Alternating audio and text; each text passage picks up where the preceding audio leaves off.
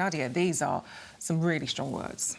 Well, we could be sitting here talking about a tragic catastrophe, according to a pretty damning report looking into exactly what went wrong that night. Now, fingers of blame are being pointed directly at UEFA, which is finally the vindication that fans have long been waiting for. However, there does seem to appear to be a catalogue of errors, really, beginning with the match's relocation last minute from St. Petersburg to Paris, of course, following the invasion of Ukraine last year. Now, the report finds that both UEFA and the French authorities weren't well enough prepared.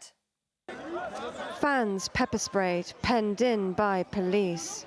These are the chaotic scenes at the Stade de France that could have been fatal, with French authorities taking to extreme measures.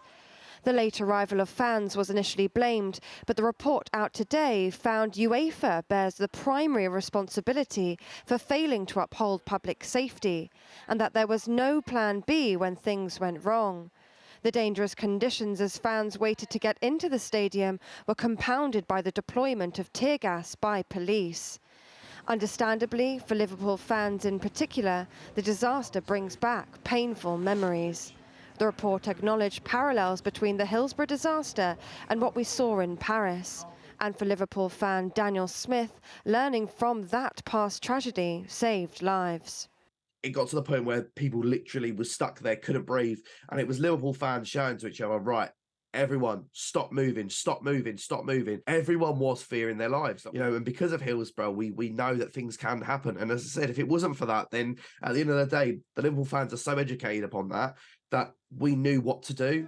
The report vindicates fans, but football journalist Neil Atkinson says lessons need to be learned. It wasn't fit for purpose. So if UEFA can now, and the French authorities can now learn from what's gone wrong, be open, be part of a process, we can take what could have been a terrible tragedy and instead we can ensure that supporters, not just of football, but supporters, people who go to mass gatherings, are better looked after.